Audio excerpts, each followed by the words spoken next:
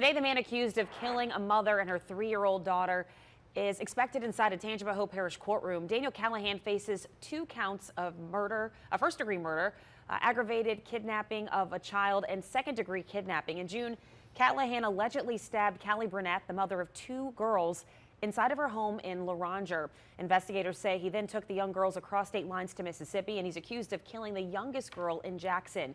Callahan will be tried in Mississippi and Louisiana for the deaths of Aaron and Callie Burnett. Officials say he will be tried in Louisiana first. He also faces a federal charge of felony kidnapping.